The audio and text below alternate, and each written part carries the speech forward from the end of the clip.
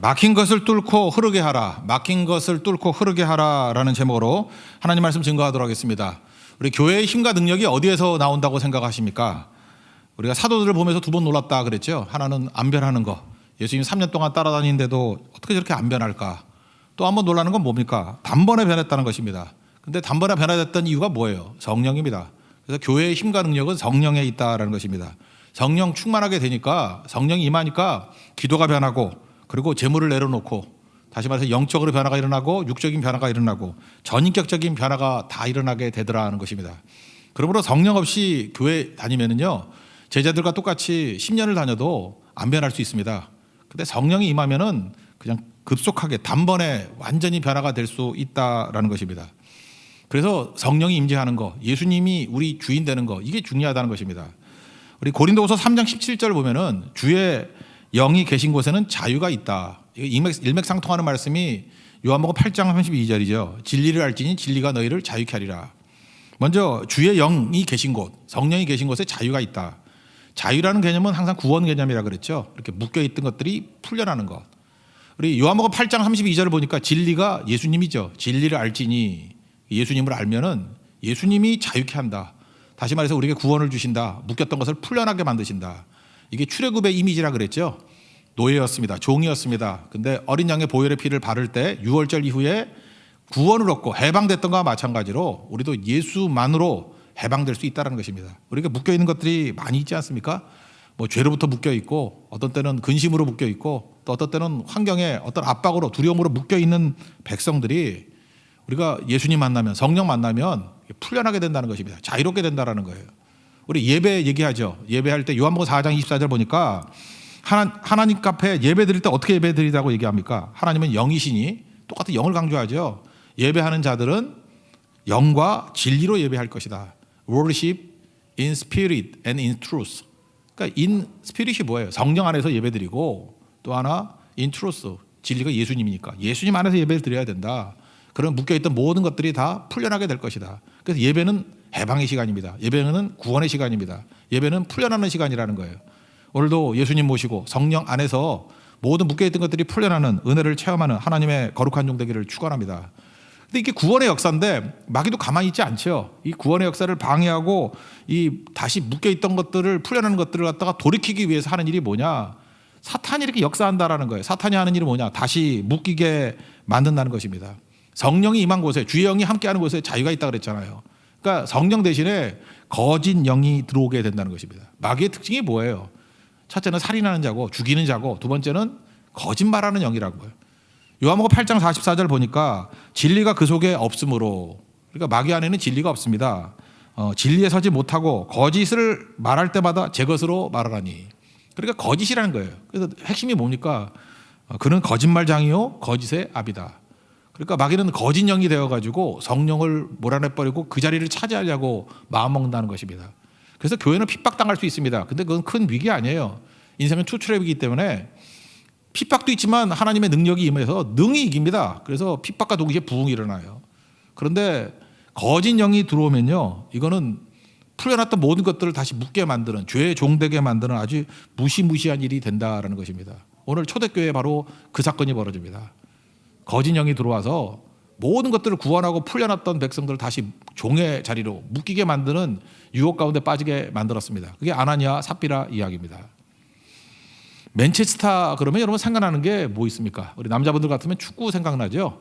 맨체스터 유나이티드, 맨유, 또는 맨체스터 시티, 맨시티, 뭐 이런 거 생각나는데, 저도 그렇습니다. 뭐 맨체스터 그러면 그런 게 생각이 나는데, 특별히 신학을 하는 사람에게 있어서는 맨체스터 그러면 생각나는 게 맨체스터 대학이에요. 제가 제일 좋아하기도 하고, 특별히 신학을 공부하는 사람들은 신약이야, 신약, 뉴 테스타먼트. 신약을 공부하는 사람은 이 사람을 놓칠 수가 없어요. F.F. 브루스라는 교수님이 계십니다. 돌아가셨는데, F.F. 브루스가 쓴 책들을 보면은 대부분의 이런 주석이나 이런 내용들을 보면 읽어도 더 헷갈려요. 그죠? 너무 이렇게 방만하고, 뭐 읽어도 너무 학문적이고, 그래서 시원함이 없습니다. 근데 이 맨체스터 대학의 F.F. 브루스 교수가 글을 쓴 걸 보면은 그냥 이렇게 궁금하고 뭐가 애매하고 이런 것들이 그냥 뻥뻥 뚫려요. 그래서 너무 좋아요. 저만 그런 게 아니고 많은 사람이 그런 것 같아요. 브루스 교수의 책들을 너무너무 좋아하는 것 같아요. 특별히 사도행전 주석이 되게 유명하거든요. FF 브루스의 사도행전 주석. 이거는 뭐 아리까리하고 헷갈리고 애매하고 한 것들을 이분 주석을 읽어보면은 아하 하고 무릎을 치게 된다고요. 뻥뻥 뚫리게 되는데 오늘 본문도 사실은 이게 애매모호한 부분들이 좀 있거든요. 근데 브루스 교수가 이 부분을 설명하면서 이렇게 얘기합니다. 아나니아와 삽비라 부부의 죽음은 구약의 아간 이야기와 닮은 꼴이다, 이렇게 설명을 합니다. 여호수아 7장에 나오는 아간 스토리하고 너무너무 유사함이 있다는 거예요.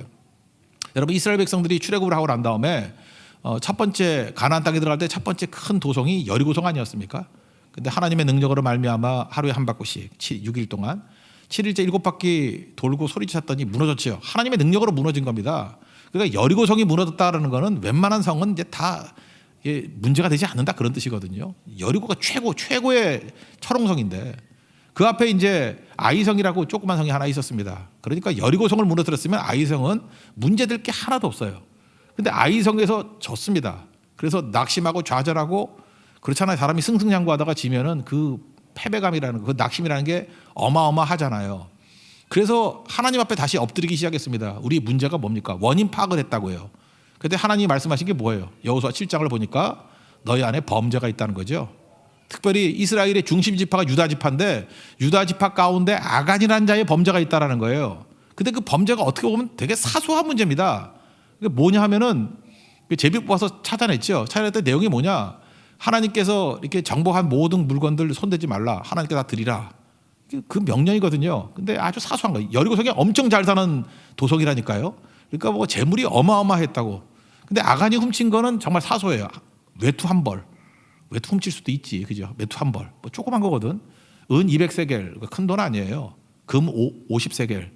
뭐 아주 적은 돈도 아니지만 그렇게 아주 큰 돈도 아니에요. 그냥 있을 수 있는 일이라고요. 사소해 보이는데 그 훔친 일 때문에 이스라엘의 승리하는 그 전선에 이상이 왔다라는 거죠. 그래서 아간을 쳐 죽이고 난 다음에 그 다음에 다시 승리하게 됩니다. 그 아간의 범죄는 무슨 뜻이에요? 이스라엘 백성들의 구원의 전진을 가로막는 장애물이었다. 그리고 이스라엘 백성들이 지금 새로운 공동체니까 새로운 이스라엘을 만든 거 아니에요? 새로운 이스라엘 공동체의 출발과 확산에 크나큰 장애가 됐다. 왜? 그의 거짓 영 때문에, 거짓됨 때문에. 하나님께서 말씀하시는 게 뭐죠? 전쟁은 내게 속한 거예요. 전쟁은 하나님께 속한 거라고. 하나님은 능력이 있으셔서 얼마든지 승리와 얼마든지 축복과 은혜를 주실 수 있는 분입니다. 그러니까 뭐 상대가 크고 작은 게 문제야. 하나님과 비교하면 아무것도 아니죠. 상처나지 하나님 같은 분이 없잖아요. 전능하신 하나님 아니에요? 우리가 할 일은 뭐죠? 깨끗함이라고요. 하나님 앞에 깨끗하게 서 있기만 하면, 성결하게 서 있기만 하면 하나님은 능력 가운데 임재하셔서 승리한다. 그게 메시지거든요. 너희 안에 사소해 보이지만 뭐가 들어온 거예요? 거짓 영이 들어오니까 무력하게 되었다. 패배하게 되었다. 우리도 마찬가지예요. 우리는 자꾸만 하나님 앞에서 축복과 능력 뭐 이런 거를 구합니다. 더 세지면 우리가 승리할 줄 아는데 우리는 그렇게 강해질 존재가 아니에요. 그냥 그대로 있어도 괜찮습니다. 승리는 하나님께 있기 때문에 우리에게는 정결함이 필요해요. 성결함이 필요해요. 깨끗함이 필요하고, 그러면 하나님께서 일하시는 겁니다. 승리 주신다는 것입니다. 여러분, 성결한 능력으로 하나님의 축복이 임하기를 기원합니다. 그래서 출애굽기 39장에 보면은 대제사장의 의복이 쭉 나와요. 이게 머리부터 어떻게 옷 쫙 입는지. 근데 꼭대기에는 관이라 그래요. 이렇게 뭐 둥그란 이렇게 모자 같은 걸 하나 써요. 그러니까 모자가 흔들리지 않으려고 이렇게 이마 두르는 띠 있죠, 띠. 띠를 또 금으로 만들었어요. 이렇게 그래야지 이게 안 움직이지. 금띠. 금띠를 패라고 부르는데, 패. 이 앞에다가 뭐라고 썼냐면 히브리 말로 여호와께 성결 이렇게 써 있어요. 여호와께 성결. 그래서 제사장이 딱 보이면, 여러분 제가 제사장이라고 하면 제사장이 딱 나오면 이마부터 보일 거 아니에요. 이마에 뭐가 보여요? 글씨가 여호와께 성결. 그러니까 이스라엘의 힘은 뭐 자기가 능력 기르고 뭐 훈련하고 그런 게 아니라는 거예요. 깨끗하기만 하면, 하나님 앞에 깨끗하기만 하면 하나님이 승리를 주신다, 그 얘기죠. 더러움 중에 제일 큰 더러움이 뭐였어요? 우상 숭배 아니었어요? 하나님 앞에 깨끗하기만 하면, 정직하기만 하면 하나님께서 승리를 주신다. 이게 중요한 메시지였다는 것입니다. 근데 지금 교회가 시작됐습니다. 성령 공동체가 시작이 되었습니다. 근데 처음으로 휘청하죠. 이유가 뭐예요? 거짓 영이 들어왔기 때문에 그렇다라는 것입니다. 우리는 사소해 보이지만 이건 치명적 사소함이라는 거예요. 특별히 아나니아 삽비라, 이 사람이 잘못했던 것 중에 두 가지 치명적 사소함인데, 첫째는 하나님 의식 안 하고 사람의 시선을 너무 의식한 거예요. 그죠? 사람 눈을 의식하고, 사울왕이 그랬죠.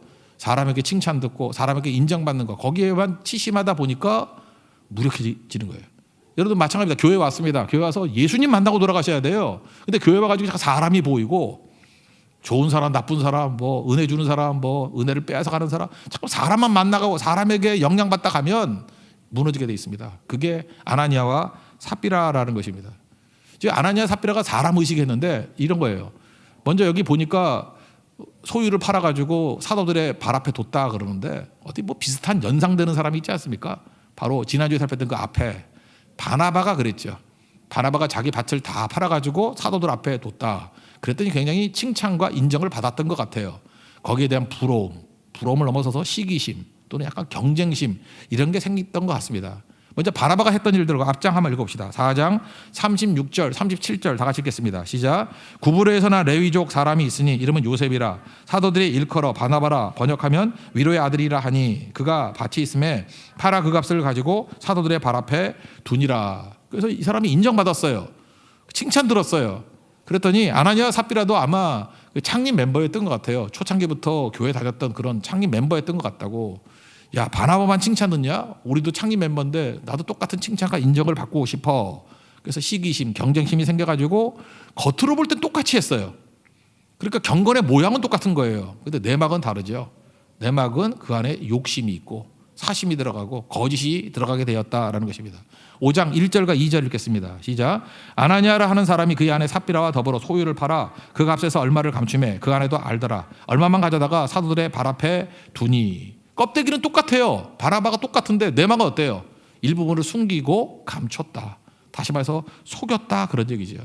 이 사람들은 어떻게 보면 머리는 똑똑해 보여요. 뒷단에는 똑똑하다고 생각할 거라고. 나는 바나바 같은 명분도 얻었어. 그죠? 칭찬과 인정. 또 하나 실리도 챙겼어. 다 드린 것 같지? 아니야. 내가 챙길 건 또 충분히 챙겼어. 이런 마음을 가졌다는 것입니다.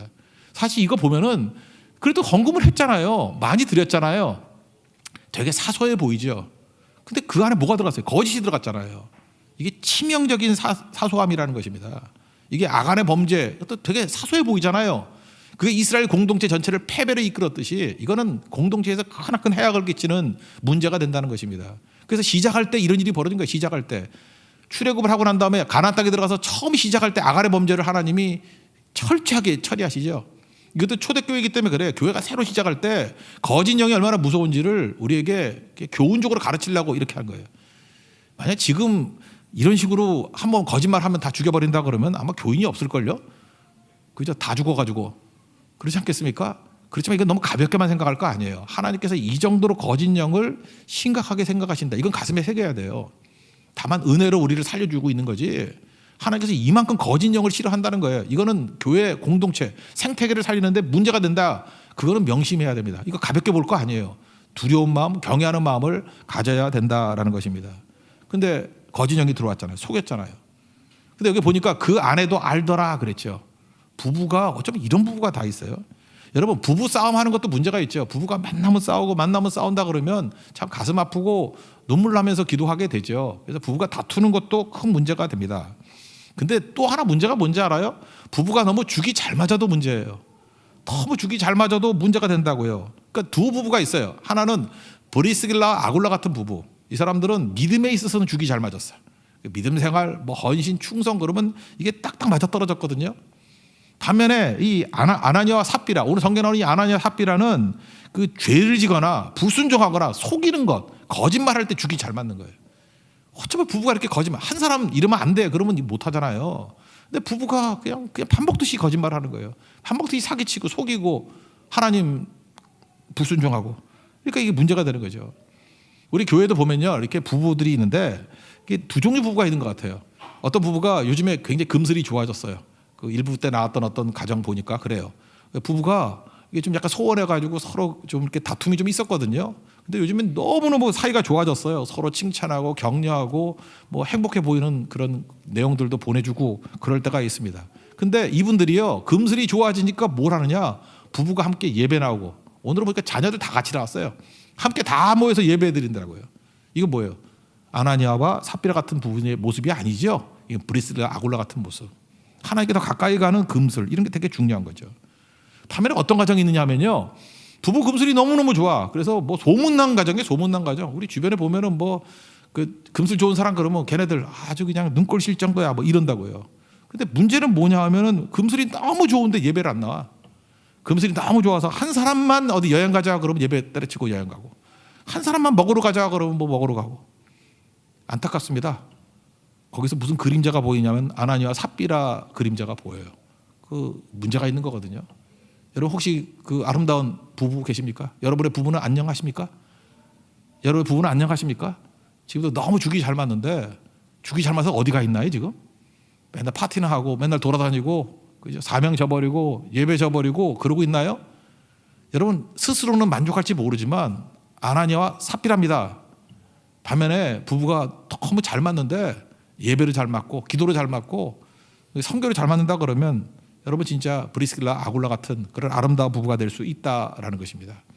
이 부부는요, 사람 눈만 의식했어요. 하나님 두려운지 몰라요. 그러니까 망한다는 거예요. 죽는다는 거예요. 우리도 이거 잊지 말고 하나님 시선 안에 살아갈 수 있는 우리 하나님의 거룩한 종 되기를 바랍니다. 또 한 가지는 뭐 같은 얘기인데, 치명적인 사소함이 뭐냐면 거짓 영이 들어왔다는 거예요. 그 부부에 거짓이 들어왔다라는 것입니다. 3절 보니까 베드로가 영적 감수성이 있죠. 민감성이 있으니까 너 성령 속인 거다. 여기서 중요한 게 뭐예요? 우리 바보 같은 사람들은요, 하나님을 속일 수 있다고 생각한다고. 하나님을 어떻게 속입니까? 속는다 그러면 하나님이 아니지. 전능하신 하나님이 어떻게 속아요? 전지전능하신 하나님인데, 모든 걸 다 아시는 분인데 어떻게 하나님을 속일 수 있어요? 하나님을 속일 수 있다고 생각하는 것 자체가 그 멍청한 거지. 시편 139편 그 1절부터 4절까지 쭉 보면요, 이런 말씀이 나와요. 하나님이 다 아신다고. 146번 2절부터 읽어드릴게요. 주께서 내가 앉고 일어섬을 아신다. 멀리서도 나의 생각을 밝히 아신다. 나의 모든 길과 내가 눕는 것을 살펴보셨으므로 나의 모든 행위를 익히 아신다. 여호와여, 내 혀의 말을 알지 못하는 것이 하나도 없습니다. 내가 말하는 의도, 뭐 속마음까지 주님은 다 아신다는 거예요. 알 뿐만 아니라 어디까지 따라가신다고 얘기가 나오죠. 우리가 새벽 날개기 치고 뭐 땅끝까지 갈다 할지라도 거기까지 따라오신다고. 다 하시고 언제나 함께 하신다는 거예요. 어떻게 하나님을 속여요? 근데 아나니아 삽비라 이 바보 같은 녀석들은 하나님을 속일 수 있다라고 생각을 합니다. 그리고 다 바쳤다 그래요. 하나님은요, 돈에 관심 없습니다. 뭐 여러분이 많이 바치든 안 바치든 그게 관심 있는 게 아니고, 과부의 두 랩도를 귀하게 여기시는 하나님이에요. 우리 마음을 보시고 태도를 보시고 우리의 순결한 마음, 정직한 마음을 보시는 거예요. 뭐 누가 들이랬어? 우리 베드로가 그러잖아요. 야, 언제 땅 바치라 그랬냐? 언제 헌금하라 그랬냐? 하나님이 뭐 그렇게 요구한 적 있어? 네가 한 거 아니야. 네가 자가 발전해서 한 거 아니야. 왜 그렇게 했죠? 칭찬 듣고 인정받으려고, 명무가 실리 다 얻으려고 자기 딴에 머리 쓴 거죠. 하나님 속인 거다, 이렇게 얘기를 합니다. 3절과 4절을 읽겠습니다. 시작. 베드로가 이르되 아나니아야, 어찌하여 사탄이 내 마음에 가득하여 내가 성령을 속이고 땅과 얼마를 감추었느냐? 땅이 그대로 있을 때에는 내 땅이 아니며 판후에도 내 마음대로 할 수가 없더냐? 어찌하여 이 일을 내 마음에 두었느냐? 사람에게 거짓말한 것이 아니요 하나님께로다. 이건 약간 의도적인 거짓말이죠. 의도적인 거짓말 해서는 안 됩니다. 그냥 하나님 앞에 정직함이 중요한 거예요. 제가 얘기했잖아요. 하나님 있는 게 언제 나타난다고요? 여호와께 성결, 정결한 마음. 그때 하나님이 일하시는 거예요. 그러니까 우리 깨끗하기만 하면 돼요. 일을 하나님이 하시잖아요. 또 하나, 쓸데없는 거짓말 하지 말라고요. 쓸데없는 거짓말. 이 거짓말이 우리에게 몸에 배서 이게 습관같이 됐던 경우가 있어요. 거짓말도 습관이에요. 그냥 입만 열면 자꾸만 거짓말해. 안 해도 될 거. 거짓말 중에 또 하나가 뭔지 과장하는 거예요. 과장하는 거. 막 과장하는 거. 과장하는 사람들 있잖아요. 그거 다 거짓말이죠. 교회도 이런 거짓말 할 수 있어요. 교회가 정직해야 되는데 교회 와가지고 정직하지 않다는 걸 느낄 때 이게 상처를 입죠. 이게 뭐야? 이게 무슨 교회야? 또 교회가 과장하면 안 되죠. 과장 중에 최고 과장이 뭐냐면 교인 숫자 과장하는 거예요. 그죠? 뭐 죽은 사람 숫자까지 다 세었는지, 아니면 뭐 숫자 이상하게 세어요. 뭐 둘, 넷, 여섯, 여덟 이렇게 세었는지, 뭐 숫자가 이상해요. 그렇게 살려면 아이씨 되질 말던지, 정직하게 하든지 하면은 제대로 해야죠. 그죠? 이거 과장하고 막 이런 거 되게 많이 있다는 것입니다. 그래서 산상수훈에서 예수님께서 말씀하시잖아요.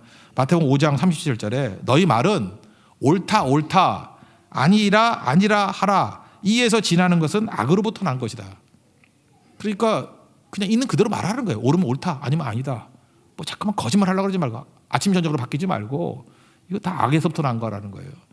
그래서 그러면 거짓말하는 사람 돼서는 안 됩니다. 교회가 이 정직한 영이 임하게 되는 거예요. 우리는 그러죠. 뭐 사소한 거짓말 뭐 인생이 양념이지 그러는데 사소한 거짓말도 우리 보통 화이트 라이 그래서 뭐 하얀 거짓말 그러잖아요. 뭐 이런 거 인생에서 필요한 거야. 뭐 이래야 사회가 돌아가지. 그렇지 않아요. 그냥 정직하십시오. 옳다 아니라 그게 중요한 거예요. 제가 어떤 목사님한테 옛날에 들었던 얘기인데 이 목사님이 자기는 사소하다고 생각해가지고 했던 거짓말이 자기 삶에서 치명적인 타격으로 왔던 얘기를 하더라고요. 이 목사님이 이제 운전을 했는데 꽤 된 얘기예요. 운전을 했는데 이 불법 유턴을 했대요. 불법 유턴하면 그게 큰 죄잖아요. 그죠? 큰 사고 납니다. 불법 유턴하면 큰 사고 나는데 경찰에 잡힌 거예요. 그래서 벌점도 많이 먹고 되게 어려운 상황에 놓이게 됐는데 그냥 봐달라 그랬대. 좀 봐달라 그랬더니 뭐 경찰도 그날 기분이 좋았는지 알았다고 그 아주 싼 걸로 벌점 없는 걸로 떼어준다. 그래서 당시 얘가 듣기는 2만 원짜리 뭐 그때는 물가가 쌀 때니까 한 7만 원짜리 8만 원짜리 끊어야 되는데 2만 원짜리 끊어줬대요. 그래서 감사하다 기분 좋다. 그리고 이제 돌아왔답니다. 한 2주 지나고 난 다음에 이제 교회로 그 스티커가 날라올 거 아니에요. 교회에서 난리가 났대요. 장로님들 다 소집돼 가지고 회의하고 난리가 났대요. 그래서 뭔 일인가 그러고 봤더니 그 스티커에 날라온 죄목이 뭔지 알아요? 벌칙금 내목이 뭔지 알아요? 주행 중 담배꽁초 버림 그런 걸로 걸렸대. 그래가지고 교인들이 모여가지고 얘기를 하기를 우리 목사님이 숨어서 담배를 핀다, 그죠? 거기다가 창문 열고 담배꽁초를 버리다가 걸렸다. 2만 원의 문제가 아니죠, 그죠? 진짜 이만한 문제가 됐어요, 진짜 이만한 문제가. 그래서 이 목사님이 작은 거짓말, 사소한 거짓말이라 그러는데 자기 진짜 목회 운명이 왔다 갔다 할 정도로 어려움을 당했던 얘기다 그런 얘기를 들어본 적이 있어요. 사소함이 아니죠. 저도 뭐 이 얘기를 들을 때 남 얘기가 아니죠. 제 얘기일 수도 있습니다. 그죠? 이게 사소한 거짓말 이런 거 하지 말고 정직한 거, 순결한 거 그게 되게 중요한 거죠. 저도 한번 이거 한번 생각을 해봤어요. 내 인생에서 이렇게 사소한 거짓말 한 게 뭐가 있을까 생각하니까 목사 중에 제일 큰 거짓말은 기도하겠습니다인 것 같아요. 그냥 인사가 그거잖아요. 뭐 하면 뭐 문제가 있다 그러면 기도하겠습니다. 근데 이거 안 한 경우도 있는 것 같아요. 그래서 이걸 고치기 위해서 기도하겠습니다. 맨날 메모를 해요. 저는 지금 갖고 다니는데 기도 수첩이 있거든요. 그래서 기도 수첩에 꼭 메모를 해. 근데 그거 하고 난 다음에도 잊어버릴 때가 있잖아요. 그래서 항상 즉시해. 뭐 이렇게 키보드 앞에 서 있을 때 이렇게 문자로 날라온다 그러면 기도하겠습니다 치고 그 자리에 즉시 기도해요. 30초 정도, 최소 30초라도 즉시 기도하고 그냥 메모하자마자 즉시 기도하고. 가끔마다 여러분 그런 거 보셨죠? 우리 교회에서 보면은 가끔 아이들 놓고 제가 이렇게 안수 기도해 주는 거 많이 보지 않았습니까? 그 너무 자주 보니까 성도들이 그럴지도 모르겠어요. 저 목사는 뭐 안수가 은사인가, 안수가 특기인가, 모르겠죠. 안수를 남발하나 그러는데 제가 그 얘기예요. 아이가 아프다, 뭐 문제가 있다, 뭐 이럴 때 그 기도해 주겠습니다. 그러다가 안 하면 어떡할 거예요? 그래서 즉시 해버려요. 일로 오라고. 그래서 그냥 같이 기도해 주고 안수하고, 그죠? 그때 하나님의 치유와 능력을 구하고 그게 저한테는 일종의 발버둥이에요. 좀 진실해지고 거짓 안 하고 있는 그대로 하려고. 될 수 있으면은 기도합니다 그러면 저 그거 해야 되잖아요. 즉시 기도해. 즉시 할 수 있는 거, 그런 것들이 너무너무 중요하다는 것입니다. 사소함에서 이게 아간의 범죄, 사소함에서 아나니아와 삽비라의 이런 범죄들이 나타나게 된다는 것입니다. 어떤 분은 그러더라고요. 이렇게 외국 살다가 한국에 오면은 한국 사람들이 지금 많이 변화가 됐지만 좀 부정직하다 이런 느낌을 많이 받는데요. 지금 많이 정직해졌어요. 제가 볼 때 한 최근 10년, 20년 동안에 한국 사회가 굉장히 많이 정직해졌어요. 근데 아직도 부족한 게 좀 있는 것 같아요. 이렇게 뿌리에 좀 있어요. 뿌리에 이 거짓된 게 좀 있어요. 근데 그분은 그렇게 해석을 하더라고요. 우리 한국 사람들이 이렇게 정직하지 못했던 이유가 뭐냐면 일제시대 경험과 독재 경험 때문에 그렇다. 그래서 왜 그러냐 그랬더니 일제시대 때는 속이는 게 애국이었대요. 일본 순사가 오면 속이는 게 애국이잖아요. 그죠? 그렇잖아요. 막 거짓말하고 해서 엉뚱하게 가게 만드는 거. 속이는 게 애국. 독재시대 때는요, 거짓말하는 것이 정의였대요. 그렇잖아요. 그래서 독재를 깨야 되니까. 이런 것들이 몸에 배다 보니까 사실 이게 아픈 상처죠. 이제는 민주화도 됐고 독립도 이루었잖아요. 우리나라 선진국에도 진입했잖아요. 다 좋아졌는데 이 버릇, 이 잔재가 남아있는 거예요. 그죠? 일제의 잔재도 남아있고 속이는 거. 그죠? 그 다음에 독재 시절에 그런 것들이 남아있어가지고 거짓말을 큰 죄악으로 여기지 않아요. 계속 거짓말을 해요. 제가 나이대를 볼 때 제가 소위 말하는 586이거든요. 이렇게 싸우다 보니까 이런 것들이 남아있어요. 후손들에게 별로 안 좋은 영향을 미치는 것 같아요. 거짓말을 크게 여기지 않아. 그리고 그걸 정의라고 생각하는 경우도 있고. 그 다음에 이렇게 속이는 거, 막 정부에 불지르고 막 이렇게 속이고 막 그런 게 일제시대 때는 또 애국이었잖아요. 그래서 어떤 공권력이나 이런 거에 대해서 무시하는 것들을 당연하게 여기고, 이런 거 뜻을 이루었으면 버려야 됩니다. 이건 옳은 방법이 아니었던 거예요. 그죠? 그러지 않으면 꼰대 되는 거죠. 빨리 죽는 게 낫죠.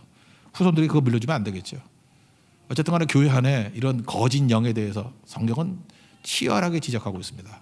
그래서 결국 죽지요. 5절 읽겠습니다. 시작. 아나니아가 이 말을 듣고 엎드려져 혼이 떠나니 이를 듣는 사람이 다 크게 두려워하더라. 큰 두려움이 임하게 되었다. 경외심이 임하게 되었다.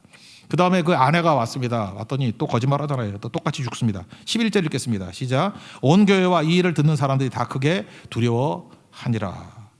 여기서 치명적인 사소함 이런 거 없습니다. 정직하게 여호와께 성결 그것으로 나가야 된다라는 거예요. 여러분 왜 우리가 이렇게 거짓된 모습을 취하죠? 하나님 앞에서 서면 거짓될 수가 없어요. 정직하게 설 수밖에 없지. 사람 시선을 의식하기 때문에. 여러분 교회 와가지고 예수님 만나지 않고 자꾸 사람 의식하면은 우리에게도 거짓 영이 역사하게 됩니다. 고린도전서 4장 1절부터 4절까지 보면은 4장 2절에 유명한 구절이 있죠. 맡은 자들에게 구할 것은 충성이다.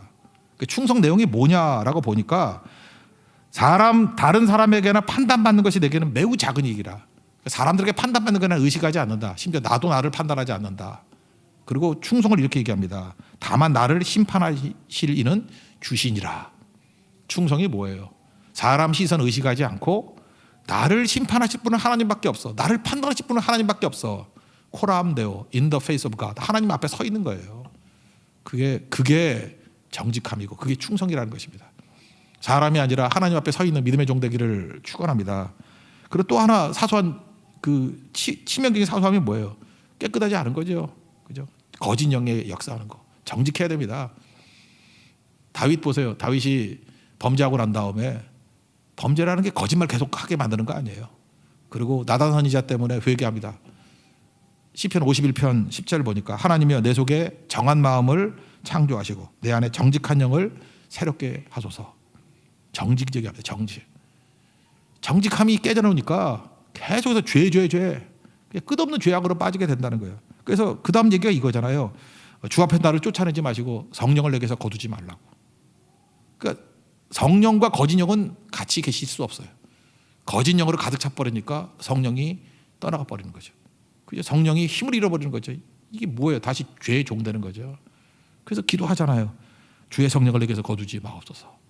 그러니까 기쁨도 없는 거죠. 주의 기쁨을 회복시켜 주시고 자원함도 없죠. 억지로 끌려다니죠. 종이죠. 자원하는 심령을 주사 나를 붙들어 주옵소서. 여러분 하나님 앞에서 이런 자유함을 누릴 수 있는 해방을 누릴 수 있는 구원을 누릴 수 있는 믿음의 신실한 종 되기를 축원합니다. 잘 보세요. 거짓 영이 사라지니까 그 다음 얘기는 결론이죠. 능력은 하나님께 있잖아요. 이제는 막 큰 부흥과 능력이 막 나타나기 시작하는 거예요. 생수가 막 흐르는 거죠. 이 막힌 게 있었어요. 막힌 걸 뻥 뚫어버리니까 이제는 막 물이 솟아나는 거죠. 막 흘러가는 거죠. 교회가 그렇다는 거예요. 아간이 사라지니까 승승장구하죠. 이제 아나니아와 삽비라 죄악들이 제거돼 버리니까 거짓 영이 제거되니까 이제는 다시금 이전에 있었던 하나님의 부흥과 하나님의 승리와 하나님의 역사가 나타나기 시작하더라는 거예요. 그래서 그 얘기죠. 표적과 기사가 나타나게 되더라.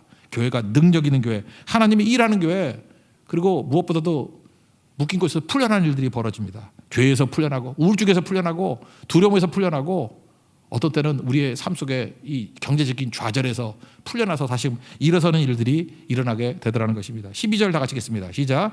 사도들의 손을 통하여 민간의 표적과 기사가 많이 일어나네. 믿는 사람이 다 마음을 같이하여 서로 생각에 모이고. 그리고 두 번째 어떤 일이 벌어져요? 진짜와 가짜가 갈라지게 되더라는 것입니다. 교회 안에 육의 세력과 영의 세력이 막 섞여 있었어요. 진짜인지 가짜인지 모르죠, 보통 때는. 그런데 이런 일들이 벌어지고 난 다음에 이제 하나님께서 큰 두려움이 임하게 만들었잖아요. 그랬더니 가짜는 다 도망쳐버리는 거예요. 도망쳐버리고 진짜만 남게 되는 일들이 벌어지게 되더라는 것입니다. 13절 읽겠습니다. 시작. 그 나머지는 감히 그들과 상종하는 사람이 없으나 백성이 칭송하더라. 갈라지게 되더라. 이게 뭐예요? 구별됐다는 거죠. 거룩 현상이 벌어지게 됐다는 거예요. 지난 수요일 날 말씀드렸죠. 미국 동부에서 제1차 대각성 운동의 주인공이 조나단 에드워드인데 이 조나단 에드워드는요. 그 할아버지가 그 섬기던 교회를 물려받았어요. 그게 노스 햄프턴이라는 교회거든요. 거기를 물려받았다고. 근데 이 교회는 이 할아버지가 그 솔로몬 스티타드라는 할아버지예요. 외할아버지인데 굉장히 그 바리새주의자예요. 외식하고 그 겉으로 보이는 형식 뭐 이런 거 따지고 뭐 이런 분이었어요. 그러니까 조나단 에드워드는 이게 아니거든요. 하나님 앞에 정직하게 하나님 말씀 그대로 순종해야 된다. 근데 여기는 이게 전통적인 거예요. 외식이에요. 그냥 형식주의 이런 거에 빠져 있는 거예요. 그래서 이분이 얼마나 제대로 된 하나님 말씀으로 살기를 원했냐 하면은 이렇게 거짓 영으로 막 거짓말하고 속이고 형식에 빠져 있는 사람들을 수찬정지라 그래가지고 성찬식에 참여도 못하게 만들었어. 그러니까 사람들이 열받죠. 옛날에 제일 큰 징벌이 뭐냐면 성찬식에 참여하지 못하게 만드는 거예요. 이거는 뭐예요? 공동체에서 한동안 버렸다 그런 뜻이죠. 그래서 뭐 6개월 수찬정지 그러면 엄청난 그 징계였다고. 그러다 보니까 열받죠 사람들이. 근데 그 할아버지가 뒤에서 조정을 한 거야. 이제 목회 신임 투표를 했어요. 조나단에서 신임 투표를 했는데 그때는 남자만 투표를 할 수 있었거든요. 230명이 투표를 했는데 23명만 찬성하고 나머지 다 반대했어요. 그래서 조나단 에드워드가 쫓겨났습니다. 그거 아십니까? 23년 동안 심의했던 교회에서 쫓겨났어요. 쫓겨나고 난 다음부터 하나님께서 능력의 역사가 있는 거예요. 무슨 얘기예요? 다수는 변화되지 않았어요. 근데 말씀 지킨다고 해서 쫓겨났다고 진짜와 가짜가 갈라진 거죠. 그래서 소수로 남아있게 됐습니다. 진짜 이걸 이사야서 말은 남은 자가 되었어요. 그래서 조나단 에드워드와 소수의 남은 사람들, 그들이 하나님 말씀 앞에 정직하게 서고 말씀을 증거하게 됐을 때 막 부흥이 일어난 거예요. 대표적인 그 설교 내용이 뭐냐, 진노하는 하나님 손에 있는 죄인들, 이런 설교가 있거든요. 이거는요 그 영문학적으로도 굉장히 문장이 좋대요. 그래서 미국 교과서에 다 들어있대. 그래서 미국에서 중고등학교 나온 사람들 이거 교과서에 있다 그러더라고. 교과서 이걸 볼 정도로 이게 중요한 내용이래요. 근데 이 내용이 뭔지 아십니까? 지옥불이 타고 있다라는 거예요. 하나님께서 은혜로 우리를 붙들어 주셨기 때문에 우리가 죽지 않고 이게 살아 있는 거라는 거예요. 근데 우리가 하나님의 은혜가 아니면은 이렇게 표현합니다. 떨어지는 바위돌을 거무줄로 멈추게 할 수 없는 것 같이 우리의 공로나 선행, 우리 의를 갖고는 우리를 건지지 못한다는 거예요. 큰 돌멩이가 떨어지는데 이 거미줄로 이걸 잡을 수 있어요? 그러니까 헛된 공로, 헛된 선행, 헛된 자의식이라는 거예요. 이거 갖고 안 된다는 거예요. 오직 하나님의 은혜고 우리가 할 일은 뭐예요? 그리스도의 보혈의 피를 의지해서 정결하게 하고 하나님 앞에 깨끗한 것으로 서 있는 거예요. 나는 죄인입니다. 나는 병자입니다. 나를 불쌍히 여겨 주십시오. 주님의 거친 십자가 붙들겠습니다. 이거에는 없다라는 거예요. 갈라지게 됐잖아요. 순수한 사람 남았잖아요. 그때부터의 성령의 바람이 불기 시작해서 이게 1차 대각성 운동, 미국을 살렸습니다. 18세기 미국의 온통 동부 전체가 부흥의 도가리, 성령의 불덩어리가 되는 변화의 역사가 나타나게 되었다는 것입니다. 언제 이런 일이 벌어져요? 갈라지고 난 다음에. 참된 하나님 말씀이 증거되면요, 거짓 영들은 다 깨지게 돼 있어요. 다 넘어지게 돼 있다는 거예요. 여러분 지금도 아무리 잘 나간다 할지라도 거짓 영이 역사하면 여러분 망하는 사람 됩니다. 여기 특별히 연세 드신 분들이 있지 않습니까? 이제 하나님 앞에 설 시간이 얼마나 남았어요? 히브리서 9장 보면 한 번 죽는 것은 사람에게 정해진 일이라. 다 죽어요. 곧 죽어요. 그 후에는 심판이 있으리라. 우리가 거짓말하고 살 시간이 뭐 얼마나 남았다고 거짓말을 합니까? 진실해져야죠. 이제부터 거짓말 제로. 안녕해 안녕. 진실되게. 부족하고 연약하게 된 자래요. 진실되게. 정직하게. 여호와 앞에 성결하게. 살아야죠. 우리 젊은이들이 있지 않습니까? 여러분 젊었을 때 배울 게 없어서 거짓을 배웁니까? 요셉을 보십시오. 하나님 앞에 정직해. 하나님 앞에 내가 어떻게 죄를 짓겠습니까? 하나님은 다 알고 계십니다. 하나님 앞에 정직히. 그때 요셉이 나오는 거예요. 요셉 뭐 딴 거 없습니다. 뭐 공부 잘하고 스펙이 좋고 그거 아니에요. 하나님 앞에 정직하게. 능력은 하나님께 있습니다. 하나님이 요셉을 들어 쓰시듯이 그런 젊은이를 들어서 하나님의 놀라운 일들을 이루도록 이끌어 주신다는 것입니다. 교회가 한 일은 뭐예요? 정결해진 것밖에 없어요. 그랬더니 마지막 어떤 일이 벌어져요? 큰 무리가 와서 은혜 받고 변화되고 또 베드로에게 영향력이 얼마나 큰지. 베드로가 진짜 그랬다는 얘기가 아니에요. 베드로가 지나갔더니 그림자만 지나가도 병 낫겠다 하는 사람들이 막 몰려들었다는 거예요. 진짜 그랬다는 얘기가 아니라 그 정도로 영향력이 있었다. 그리고 귀신 들린 사람, 병든 사람들이 다 나음을 입었다. 교회가 능력을 회복한 거죠. 하나님의 능력, 하나님의. 깨끗해지니까 하나님의 능력이 임해서 다 살아나게 되었다. 마지막 이거 읽고 마치겠습니다.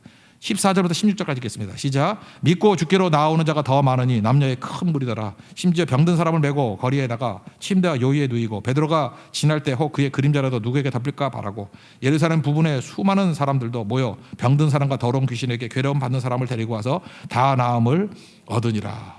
정결한 교회가 되면은 어떤 무너진 사람들, 어떤 병자들, 어떤 귀신 들린 사람들, 어떤 어려운 가운데 처했던 사람이라 할지라도 다 나음을 입습니다. 믿습니까? 이게 교회예요. 여러분 교회의 순결함과 교회의 능력을 회복할 수 있는 거룩한 하나님의 종 되기를 축원합니다.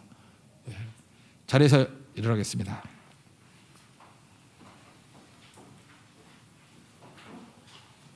정결한 마음 주시옵소서 찬양하겠습니다.